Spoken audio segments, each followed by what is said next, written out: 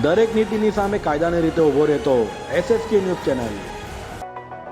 સુરતના નાનપુરા ખાતે એક શામ બલિદાન કે નામ કાર્યક્રમ યોજાયો હતો, જેમાં અનેક મહાનુભાવો ઉપસ્થિત રહ્યા હતા।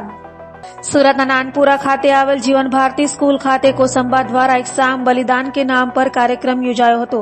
એક શામ મંદિર, તીર્થ ભૂમિ, નદી, ગૌ, ગાયત્રી મુનિ, આચાર્ય, ભગવંત, સાધુ, સંત, સંન્યાસી, મહાત્માના નામ સાથે યોજાયેલા કાર્યક્રમમાં મુખ્ય મહેમાન તરીકે મહેન્દ્ર કતારગામવાલા સહિતનાઓ હાજર રહ્યા હતા। તો આ કાર્યક્રમમાં મોટી સંખ્યામાં સુરતીઓ જોડાયા હતા। જી, મારું નામ છે કિન્નર બારોટ। શું પ્રોગ્રામ કરવામાં આવ્યો હતો? આજે ગીતા કથાકાર શ્રી રાજેન્દ્ર શાસ્ત્રી દ્વારા જે અપકમિંગ ફિલ્મ છે કસુંબો, એ કસુંબોનું પ્રમોશન એમના દ્વારા ગોઠવવામાં આવ્યું છે અને જેટલા બી અમે કલાકારો અહીંયા આગળ ઉપસ્થિત છીએ એમનું સન્માન પણ તલવાર દ્વારા અને એવોર્ડ દ્વારા અમને લોકોને સન્માનિત પણ કરાયા છે। આવનારી ફિલ્મ આવી રહી છે, તેના વિશે શું કહેશો? જી, કસુંબો ફિલ્મ છે એ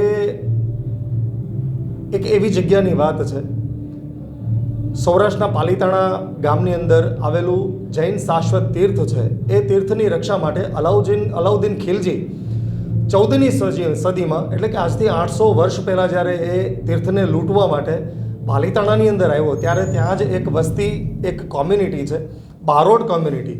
એ બારોટ કોમ્યુનિટીએ કઈ રીતના એના આક્રાંતાને લડત આપી છે અને કઈ રીતના અલાઉદ્દીન ખિલજીને એ ક્ષેત્રમાંથી પીછેહટ કરવી પડી છે, એને લઈ અને આ ફિલ્મ છે બની રહી છે। અને સાથે સાથે આના અંદર નારી શક્તિની પણ વાત છે, નારી શક્તિને પણ ઉજાગર કરતી એક વાત આની અંદર છે।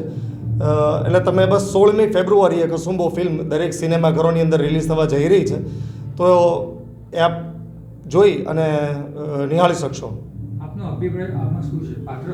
જી, આ ફિલ્મની અંદર મારું એક પ્રોમિનન્ટ કેરેક્ટર છે। મેં લીડ કેરેક્ટર અમર બારોટ જે છે એમના ફ્રેન્ડ તરીકે મેં આની અંદર કામ કર્યું છે।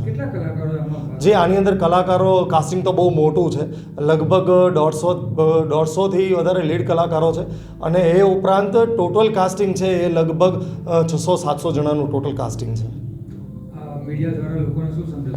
લોકોને બસ હું એ જ સંદેશ આપવા માગું છું કે આપણી સંસ્કૃતિને, આપણી ધરોહરને આપણે સાચવીએ અને ખાસ કરીને સુરતની અંદર જે આવ્યા છે, જે લોકો આવ્યા છે, એ વ્યક્તિ હોય, ધંધો હોય કે પછી એન્ટરટેનમેન્ટ માટે કાંઈ પણ હોય, એ દરેકને સુરતે ભાવપૂર્વક સ્વીકાર્યા છે।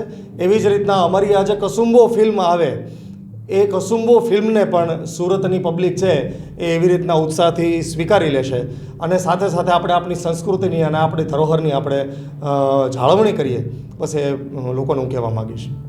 Thank you. દરેક નીતિની સામે કાયદાની રીતે ઊભો રહેતો SSK ન્યૂઝ ચેનલ।